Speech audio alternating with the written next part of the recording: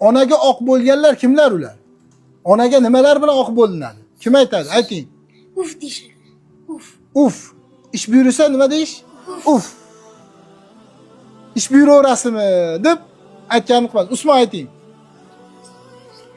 So'k berishlik bilan oq bo'ladi. Ayting nima? Urush bilan u juda katta oq bo'lishlik. Ha, yana kim aytadi? Ayting javob. Gap qaytarish.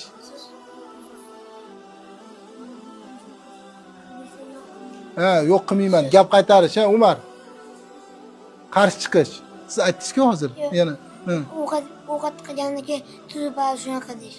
O, mashalloh. Ha, ayting. G'azab qilish, ha. Aytganini qilmaslik. Ha. Ota-ona bilmay gapirish. Ha? Ota-ona bilmay gapirish. Ota-onaga bemalol gapirish. Ota-onaga bemalol gapirishlik. Ota-ona bunga so'zim bunday qilsam. Bemalol gapirish. Ota-onaga bemalol gapiradi. Bemalol gapirish. Ota-onaga yomon gapirish deyapsizmi? Ota-onaga bemalol gapirish. Nimani gapirish? Ota-onaga bemalol gapirish. Ota-onaga uylanib gapirish. Undan samol achchiq qiladi. Xolagan gapiraveradi. Ha, xolagan gapiraveradi. Mashalloh, u charlab beryapti Abdurahmon. Abdurahmon tushuntirib beryapti. Ota-ona gapirayotgan yuz o'girib. Ota-ona gapirsa yuz o'girishlik. Ha, mashalloh. Yaxshi. Ota-ona gapirsa yuz o'girib yuborishlik ota-onaga oq bo'lishga olib boradi. Ha. Qo'l ko'tarish ota-onaga eng katta oq bo'lishlik, urishlik aytdi. Yana ota-onani xafa qilishlik, oq bo'lishga olib boradi. Muncha g'alati ovqat qildingiz deb, ovqatiga qarshi bo'lishlik. Ha, ota-onani xafa qilishlikka olib boradi. Xafa qilishlikka olib borishlik keyin nimaga olib boradi?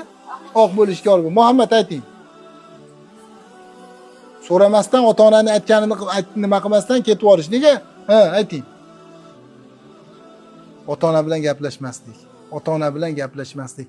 Ota-onasiga gapir. Ba'zilarda hatto eshitdim, hattoki yaqinda bitta ona menga yozdi, nimadan? O'g'lim bilan gaplashib, o'rtamni isloh qilib qo'ying dedi.